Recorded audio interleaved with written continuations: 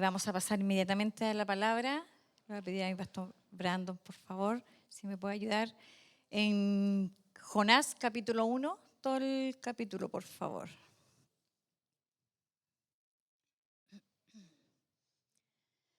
Amén. Vamos a dar lectura en el nombre de nuestro Señor Jesucristo. Dice, vino palabra de Jehová a Jonás, hijo de Amitai, diciendo, levántate y ve a Nínive, aquella gran ciudad, y pregona contra ella, porque ha subido su maldad delante de mí. Y Jonás se levantó para huir de la presencia de Jehová a Tarsis, y descendió a Jope, y halló una nave que partía para Tarsis, y pagando su pasaje, entró en ella para irse con ellos a Tarsis, lejos de la presencia de Jehová. Amén. Pero Jehová hizo levantar un gran viento en el mar, y hubo en el mar una tempestad tan grande que se pensó que se partiría la nave. Y los marineros tuvieron miedo, y cada uno clamaba a su Dios, y echaron al mar los enseres que había en la nave para descargarla de ellos. Pero Jonás había bajado al interior de la nave y se había echado a dormir. Y el patrón de la nave se le acercó y le dijo, ¿qué tienes, dormilón? Levántate y clama a tu Dios. Quizá Él tendrá compasión de nosotros y no pereceremos. Y dijeron cada uno a su compañero, venid y echemos suerte para que sepamos por causa de quién nos ha venido este mal. Y echaron suertes, y la suerte cayó sobre Jonás. Entonces le dijeron ellos, decláranos ahora por qué nos ha venido este mal.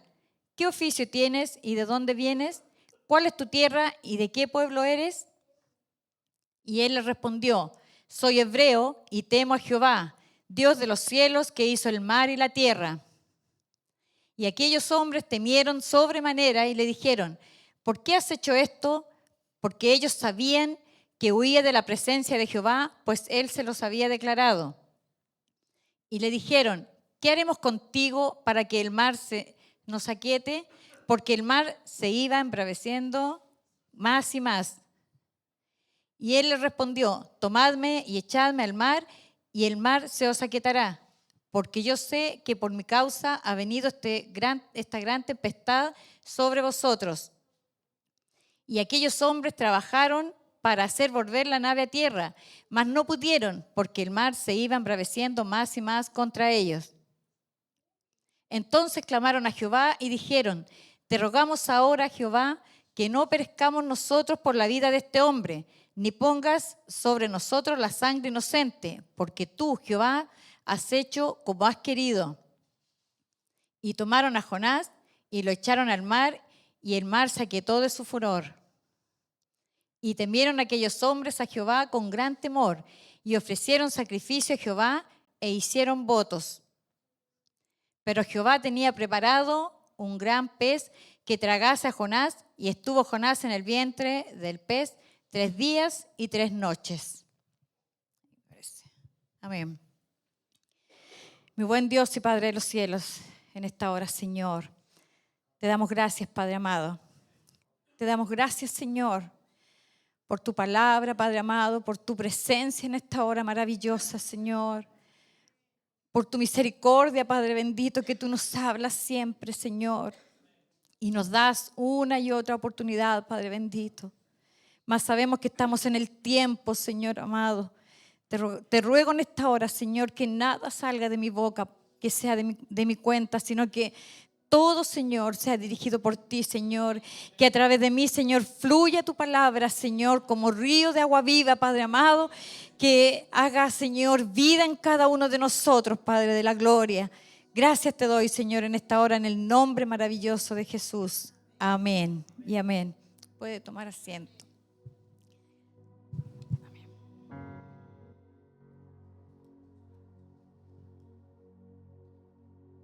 Que el Señor les bendiga. Mire, cuando el Señor me entregó esta palabra, yo creo que a todos nos pasa lo mismo. Cuando uno habla de Jonás, lo primero que se nos viene a la mente, ¿cierto?, es el pez, el gran pez, que Jonás fue tragado por el pez, ¿cierto? Muchos han dicho que es una ballena. Bueno, eso es algo que se ha hablado mucho. Pero en hebreo nos habla, dice, es traducido, dice Dag Gadol, que significa gran pez. ¿Ya? En la Biblia habla de un gran pez. Yo les voy a leer algunas características que tenía el profeta Jonás. Jonás significa paloma, y él era hijo de Amitai, ¿ya? Y una cosa con respecto a su carácter, dice que su carácter era orgulloso, que era terco, desobediente, y era un quejoso, dice, ya de mal carácter, y entre comillas decía un viejo gruñón. No sé a quién le puede recordar a usted si se siente identificado con alguno. Yo creo que si lo llevamos a nuestra vida, yo creo que con muchos, si es que no con todas estas características son las que hablo de mi vida, ¿cierto? Muchas veces me he sentido identificada. Dice que fue el más antiguo de los profetas, ¿ya? Y el libro de Jonás se cuenta solamente en 48 versículos. A pesar de ser un libro muy pequeño, nos deja una tremenda enseñanza, una muy grande enseñanza para nuestras vidas. Nos deja una enseñanza de poder, ¿cierto? De misericordia, de esperanza también. Y cuando nosotros empezamos a desglosar de a poco el libro de Jonás, como les decía antes, la mayoría lo ve como al tiro como lo más relevante, es que fue tragado por el pez, ¿ya? Sin embargo, en los 4 capítulos de Jonás solamente nombra al gran pez 4 veces, ¿ya? Pero en cuanto a las circunstancias son solamente 2, cuando es tragado por el pez y cuando Dios da la orden para que sea vomitado, ¿ya? En el capítulo 2, Brando, si lo puede poner, por favor. Ahí dice, y mandó Jehová, ¿cierto? Tenía preparado ya todo. Entonces, aquí hay datos bien importantes porque lo primero del capítulo 1, por favor, mi niño, dice, vino palabra de Jonás, o sea, vino palabra de Jehová a Jonás, hijo de Amitai, diciendo el siguiente: levántate y ve a Nínive, dice, aquella gran ciudad, y pregona contra ella porque ha subido su maldad delante de mí. Si nosotros hiciéramos un ejercicio aquí, mire, cierro sus ojos y cambie la frase donde dice, cuando le da la orden a Jonás, ponga su nombre y diga, levántate y ve a donde te he mandado. ¿Cambia la circunstancia o no cambian? ¿O son las mismas? Son las mismas, ¿cierto? En el tiempo en que Jonás estaba, Israel se encontraba muy dividida y en decadencia, dice, después de la muerte del rey Salomón, ya quedó gobernando el rey Jeroboam, que era un rey que hacía todo lo malo delante de los ojos de Dios, perdón. Dice que Israel llevaba 140 años en decadencia y se estaba debilitando y los ejércitos enemigos comenzaban a invadirlo. Ahí nosotros podemos ver cuando, en ese tiempo, cuando Dios le daba la orden a Jonás, ¿cierto? Y Jonás iba, dice, y toda su palabra, la que Dios entregaba, se cumplía. Y ahí es cuando Dios le entrega esta palabra a Jonás. porque dice que el pueblo de Nínive estaba siendo gobernado por los asirios, que era una nación perversa. Era una nación conocida, o sea, eran hombres sanguinarios, dice que era conocida la maldad en ellos. No tenían el temor a Dios. Y yo estuve leyendo y decía, había muchas historias que salían y decía que tomaban a los hombres y los enjaulaban y tomaban a sus familias delante de ellos y abusaban de ellos y los mataban, y después a ellos dice que les sacaban la piel, ¿ya? Y después los mataban. Entonces, y ellos se jactaban de eso. Para ellos era como un trofeo cada vez que hacían esto. Entonces, cuando Jonás recibe la orden de ir a Nínive, Jonás cuestiona esto en el sentido de que dice, yo conozco que Dios es un Dios grande en misericordia, ¿cierto? Y que lo más probable es que si el pueblo se arrepiente, Dios los va a perdonar. Entonces él tomó la decisión por él mismo, creyendo que era lo mejor, como lo hacemos muchas veces nosotros, ¿ya? Que cuestionamos las decisiones del Señor y nosotros pensamos que es lo mejor y vamos en el sentido contrario del que el Señor nos manda, ¿ya? Entonces, cuando habla de que Jonás era desobediente, pero también era terco, yo creo, como somos nosotros, porque entramos a ver lo que nosotros creemos que son las cosas que es lo más correcto. A veces pensamos hasta, yo creo, en nuestra terquedad, que Dios se equivocó. Y decimos, pucha, a lo mejor hago esto acá, si lo hago acá va a resultar mejor. Y es ahí cuando nos equivocamos, ¿cierto?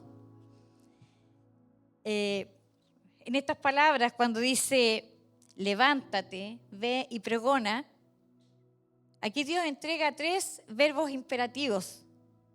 Si usted no sabe lo que es imperativos, es una orden, un mandato, ¿ya? No le da opción. Le dice, levántate, ve, ¿ya? Y pregona. ¿Cuántas veces el Señor a nosotros nos ha mandado? ¿Cuántas veces?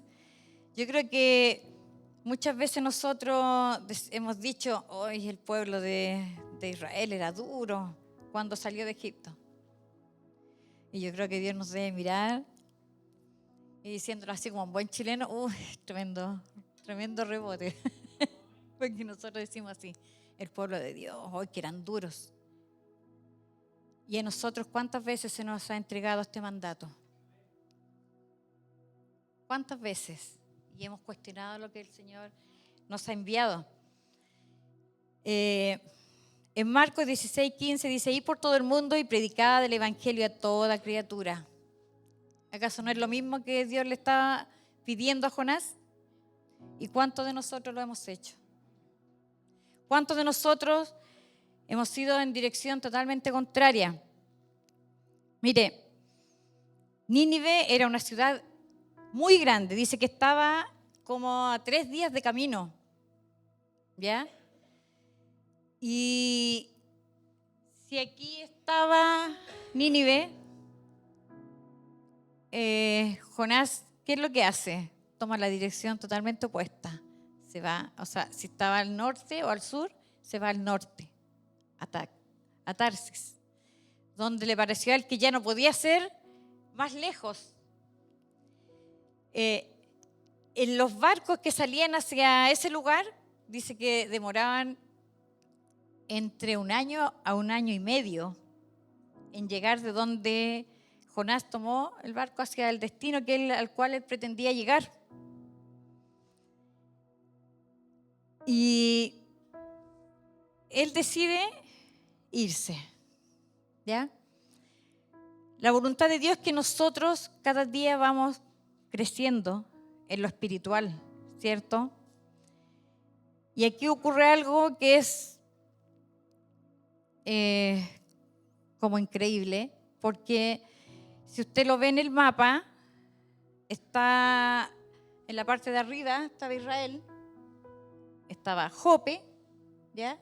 Para que usted lo entienda. Estaba el puerto donde Jonás quería llegar, y el embarcadero. Y Jonás se sube a ese barco, paga su pasaje, dice, y él se sube a ese barco. ¿Ya? Y más encima dice que después él baja hacia la bodega del barco, que quedaba aún más abajo todavía. Fue descendiendo, descendiendo, descendiendo y descendiendo. ¿Ya? Y cuando vino toda esta tormenta que Dios tenía preparada, porque Él tenía preparado los vientos, ¿cierto? Todo lo que se produjo en el mar, Él también tenía preparado ese gran pez. Y cuando a Él se lo tragó el pez, tocó más abajo todavía. Y el Señor me hacía meditar en esto, que cuando nosotros vamos en sentido contrario del Señor, empezamos así, a bajar, a bajar, a bajar, a bajar, hasta que tocamos fondo. Y cuando ya no podemos tocar más fondo, ¿cierto? Y Dios empieza el proceso con nosotros. Ahí recién es cuando nosotros entendemos. Porque dice que Jonás estuvo en ese pez 3 días y 3 noches. Yo no sé si usted alguna vez lo ha pensado de esta forma, que lo terrible que debe haber sido. Uno lo ve así, estuvo 3 días, 3 noches, pero debe haber sido terrible, en una total oscuridad. Yo creo que pensando solamente que se iba a morir, ya, sin comida, y en la desolación, en la desesperanza, en la angustia, ¿cierto? Pero ahí es donde Dios comienza el trato con Jonás. Y es ahí donde Dios trata con nosotros. Cuando nosotros vamos en sentido contrario y empezamos a descender hasta que tocamos fondo, es ahí cuando Dios trata con nosotros, cuando ya estamos, no tenemos a qué echar mano, cuando sabemos que no tenemos nada que nos pueda rescatar, nada que nos pueda sacar, ¿cierto? Ahí es cuando nosotros somos, ¿cómo es la palabra? Cuando somos vulnerables. Y lo peor aún es que dice que estos hombres, estos marineros que iban con él, llevaban una carga muy valiosa. Y ellos, al verse asustados para tratar de no morir, ya, y que su embarcación no se hundiera, ellos tuvieron que botar todo. O sea, también para ellos fue una pérdida. Entonces, cuando nosotros no hacemos la voluntad de Dios, cuando nosotros estamos apartados del Señor, recibimos lo que se llama el daño colateral. Todo nuestro entorno se afecta. Nuestros hijos, nuestra familia, ¿cierto? Todo el entorno, nuestra economía, todo se ve afectado. Ese es el daño colateral, que lo producimos nosotros mismos por nuestra terquedad, por nuestra desobediencia y por creer que somos capaces nosotros solos de hacer las cosas y de que a nuestra manera es mejor. Y dice que ahí él clamó como no había clamado nunca. Dice que hay una palabra que yo la anoté, se me perdió. Es una palabra que en hebreo significa esta: palel, que dice que reflexión, significa orar en la reflexión, que es lo que nosotros hacemos cuando estamos en la angustia, ¿cierto? Ahí es cuando nosotros clamamos al Señor y ahí es cuando el Señor siempre responde. Yo no sé si Jonás habrá pensado que él podía arrancar, podía apartarse de la presencia del Señor. En el Salmo 139, capítulo 12,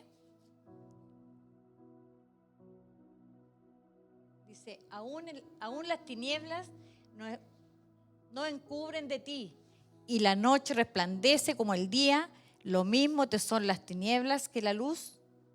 No, me parece que no es ese, ver. Cuando dice, ¿dónde huiré? No era el mismo. Así mismo, pero está... Sí. Dice, ¿a dónde huiré de tu presencia, Señor? Yo no sé si Jonás habrá pensado que huyendo él podía esconderse. Ahí está. ¿A dónde me iré de tu espíritu? ¿Y a dónde huiré de tu presencia? ¿Usted cree que hay algún lugar en donde nosotros podamos escondernos sin que Dios nos vea? No hay lugar, porque Él tiene la soberanía de todo, de los cielos, del mar, de la tierra, ¿cierto?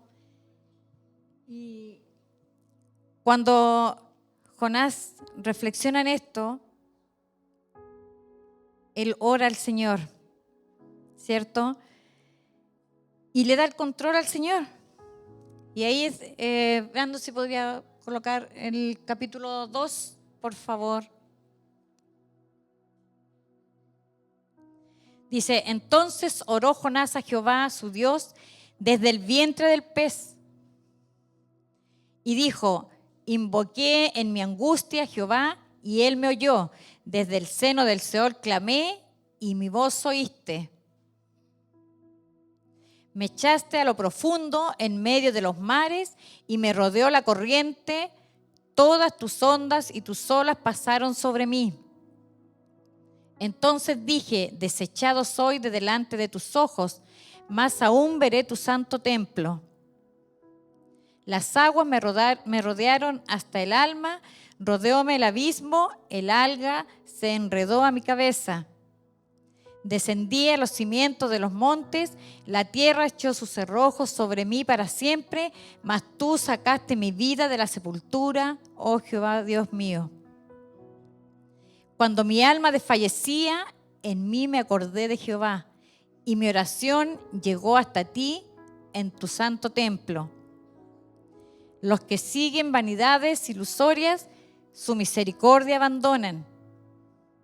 Mas yo con voz de alabanza te ofreceré sacrificio, pagaré lo que prometí, las salvaciones de Jehová. Y mandó Jehová al pez y vomitó a Jonás en tierra. ¿Ve? Aquí hay dos cosas. Primero, que Jonás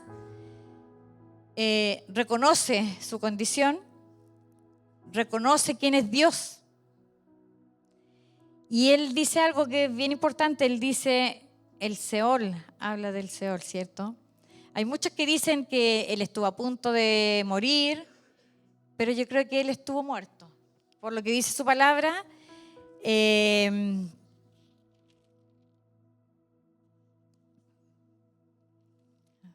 me perdió, perdón.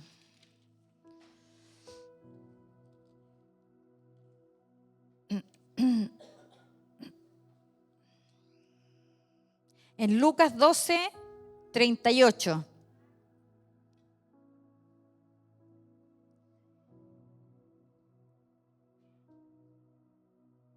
No es eso. A ver, dice, y aunque venga la segunda vigilia, y aunque venga la tercera vigilia, y los hallare así, bienaventurados son aquellos siervos, pero es más adelante, a ver. No, no es este. A ver, espera un poquito. Estoy toda perdida. Espera un poquito. Si lo tenía anotado. Lo perdí. Lo perdí.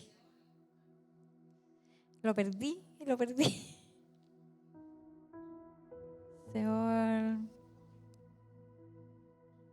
No, sí lo tenía, donde habla de cuando le preguntan a Jesús. Estaba segura que lo tenía anotado en el capítulo. Sí, lo tenía anotado, pero no lo encuentro.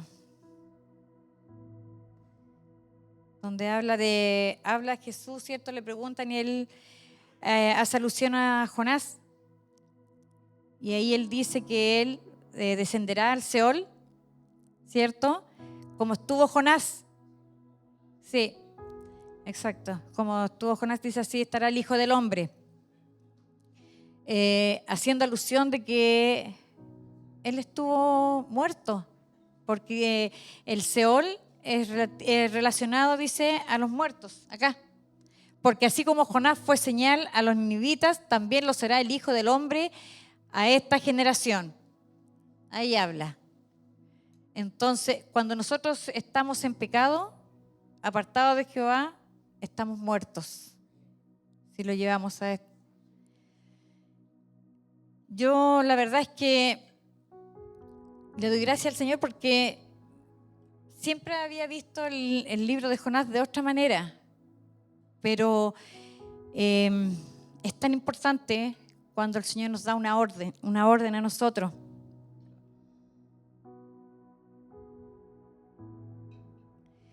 Cuando Dios nos da una orden de que salgamos, mi hermana nos entrega una palabra a esta hora directamente de Dios, ¿cierto? Los campos están blancos. Se ha estado predicando tanto de que ya los tiempos se están apurando los tiempos, se están acelerando los tiempos. Y nuestros hijos todavía están fuera, nuestra familia todavía está fuera. Entonces, creo que cada mensaje que se ha ido dando, que el Señor ha ido entregando, nos ha ido mostrando el Señor lo mismo, que debemos ya salir, ¿cierto? Que tenemos que tomar este mandato. Y ahí cuando Jonás hace esa exclamación, ese reconocimiento de que Dios lo hizo pasar por todo eso, ¿ya? Para él entender todo lo que él había tenido que recorrer por su terquedad, por su desobediencia, por su orgullo, por creer que hacer las cosas mejor, que es lo mismo, si lo llevamos a nuestra vida es lo mismo, pero Dios de ahí lo sacó. Y cuando él se arrepintió y él clamó al Señor, el Señor dio inmediatamente la orden y dice que fue vomitado en tierra firme, ¿ya? Y ahí él fue y declaró lo que el Señor le había dicho que hiciera. Hizo todo lo que el Señor, pero primero tuvo que pasar por ese tremendo proceso que yo lo encuentro terrible, terrible. Estar 3 días y 3 noches dentro de un pez, ¿cierto? Al punto de la muerte. Y nosotros, ¿cuántas veces hemos estado así? Nos hemos sentido a lo mejor sin esperanza, pero ahí no hemos quedado. Y el Señor nos está dando, así como le dio esa segunda oportunidad, ¿cierto? Porque en el capítulo 4 dice que le habla nuevamente y le dice: Jonás, levántate y ve a Nínive. Entonces, por eso yo le decía que esto es un libro de esperanza, porque Dios sí le dio una segunda oportunidad. Dios le da una segunda oportunidad a Jonás para que él salga a predicar. Muchas veces nosotros nos cuestionamos y decimos: ¡ay, yo me pongo nerviosa! Y yo lo he dicho muchas veces, es que yo me pongo nerviosa, a mí me cuesta hablarle a la gente, ¿qué le voy a decir? Y mire lo que decía Jonás. Jonás iba caminando y solamente decía: de aquí a 40 días Nínive será destruida. Era todo lo que él decía, todo lo que repetía. él caminaba, iba avanzando, iba diciendo, de aquí a 40 días Nínive será destruida. No tuvo que decir nada más, no necesitó nada más.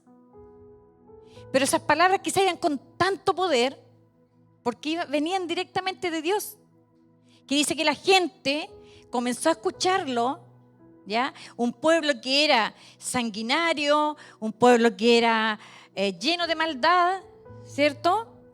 Que se cometían las peores atrocidades, pero comenzó a escuchar. Y en estos tiempos, como decía el apóstol el otro día, ustedes han visto que en algún momento que el mundo está más distorsionado que ahora. Yo creo que no. Yo creo que en este tiempo es cuando el mundo está más distorsionado y alejado de Dios. Es cuando la maldad, yo creo que ya ha sobrepasado el trono. Entonces, si usted se da cuenta, es todo tan paralelo a lo que estamos leyendo en el libro de Jonás, es tan igual a lo que nosotros estamos viviendo. Primero, Dios nos ha dado la orden, nos hemos ido en sentido contrario, ¿cierto? Hemos pedido perdón al Señor, el Señor nos ha perdonado, nos da una segunda oportunidad. Seguimos igual, a lo mejor. No sé, eso lo sabe usted, ¿cierto? ¿Y el mundo cómo está? ¿Acaso no es lo mismo? No necesitamos nada más, solamente atrevernos. Solamente tenemos que atrevernos, dar el paso. No somos nosotros los que vamos a hablar. Dios se va a encargar. Así como lo hizo con Nínive, que era un pueblo terrible y que a lo mejor, no sé si Jonás, aparte de tener, porque dice que él conocía que Dios era un Dios tan misericordioso, no quería que se arrepintieran y que su trabajo a lo mejor quedara en vano. Él decía que no eran dignos de arrepentirse, de ser perdonados. No sé si no es eso lo que nosotros queremos en este tiempo, que la gente de afuera, los hijos de paz, despierten, ¿cierto? Porque es a eso lo que fuimos llamados. Nosotros fuimos llamados para llevar las buenas nuevas, para predicar, para salvación o maldición. Que eso me costó entenderlo, de verdad. Me costó entender eso en un tiempo que como uno podía hablar de Dios iba a ser para bendición o para maldición. Pero es así como se manifiestan los hijos de paz, ¿cierto? Como se separa, para decirlo de una forma más clara, separar el trigo de la cizaña. Es tremendo, pero es así. Con nuestra boca predicamos para bendición y para maldición. Pero nuestra meta no es esa, nuestra meta tiene que ser ir y predicar para que los hijos de paz despierten, ¿cierto? Y nosotros estamos retrasando la segunda venida, yo creo. Porque dice que la segunda venida va a ser cuando se haya predicado su palabra en todo lugar. Y por nuestra negligencia es que a lo mejor la segunda venida ha sido retrasada. Entonces es un peso grande para nosotros. Es un peso grande para nosotros. Entonces yo creo que ya es tiempo que en ese momento de aflicción, así como estuvo Jonás, nosotros reflexionemos. Aquí dice, porque como estuvo Jonás en el vientre del gran pez 3 días y 3 noches, así estará el Hijo del Hombre en el corazón de la tierra 3 días y 3 noches. Ahí está, gracias. Ahí está. Yo creo que Dios quiere cada día para nosotros. Yo le doy gracias al Señor en la mañana y le digo, Señor, yo sé que cada día para mí es una oportunidad nueva. Cada día es una oportunidad nueva que tú me das.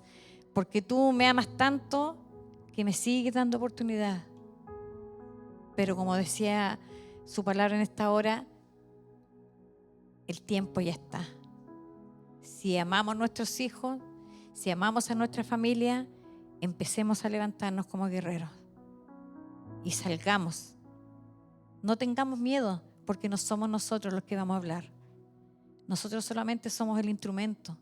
Nosotros solamente tenemos que obedecer y Él irá con nosotros. Él nos rodea como escudo y esa tiene que ser nuestra confianza cada día. Pero ya no hay más tiempo. Y se ha predicado una y otra vez y suena repetitivo, pero es así. Así que yo por eso le doy gracias al Señor. Y creo que ya no es tiempo, ya no queda tiempo para perderlo. Tenemos que empezar a tomar esto con seriedad. Empezar a pedirle al Señor que nos inquiete a toda hora. De repente nos entretenemos con tantas cosas que no son buenas para nuestra vida, que no son de edificación. Cualquier cosa nos aparta del Señor. Cualquier cosa nos aparta. Entonces, a lo mejor usted lo va a ver como que era un mensaje muy simple, pero yo creo que tiene una enseñanza tremenda, tremenda. Que tenemos que ponernos en pie, tenemos que levantarnos, tenemos que ir y pregonar la palabra del Señor. Esa es la clave. Eso es lo que el Señor quiere entregar en esta hora. Pongámonos en pie, digamos la palabra del Señor. Es tan simple, es tan simple. Dejemos de lado el miedo. Yo muchas veces me he escudado en eso. Es que me da miedo, que los vecinos que me van a decir. Pero este último tiempo el Señor me está dando ese espíritu de valentía. Y cada vez me he ido atreviendo un poquito más, porque tengo ese temor. Porque yo no quiero que... Ninguno de nosotros tiene la vida comprada. Nosotros no sabemos cuándo va a venir el Señor por nosotros. Puede ser en este minuto, no sé. Pero yo no quiero presentarme al Señor, ¿cierto? Faltando, que me falte la balanza. Así que el Señor les bendiga, que el Señor inquiete su espíritu. Pídale al Señor que el Señor inquiete su espíritu, que nos dé, que nos haga ser estos valientes que el Señor quiere. Dice que ¿cuánto se llama? El reino sufre violencia, dice, pero solo la arrebatan, dice, los valientes. Y tenemos que ser de esos valientes, porque ya no tenemos excusas. Se nos ha entregado la palabra todos los días. Todos los días. Yo no sé si usted recuerda que en cada culto el Señor siempre nos está ministrando en esta área, de que los tiempos se están acortando, ¿cierto? De que se está apresurando el tiempo. Entonces tenemos que correr, hermano, ya ni siquiera caminar. Tenemos que correr, ¿cierto? Y tenemos que apresurarnos por nuestros hijos. Yo amo a mis hijos, amo a mis nietos, y yo no quiero que ninguno se pierda.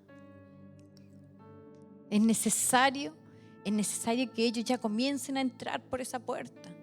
Tenemos que empezar a movernos en fe. Tenemos que empezar a movernos declarando. Tenemos que levantarnos en oración de mañana, tarde, noche. Tenemos que empezar a salir a la calle. Tenemos que empezar a predicar a todas las personas que se pongan. Mire, ¿sabe que yo sé algo que admiro de mi papá y lo he dicho varias veces? Él tiene ese espíritu de valentía tremendo. Mi papá, persona que ve, persona que le predica. Y muchas veces me gustaría ser así. Pero ¿por qué no puedo ser así? Si la gente está esperando, hermano, la gente está ansiosa. A pesar que en el mundo ya está lleno de maldad, pero la gente está necesitando. La gente está deseando que se le hable. Y a veces usted no le alcanza ni siquiera a hablar y la gente se pone a llorar. Porque está en esa necesidad en cada persona.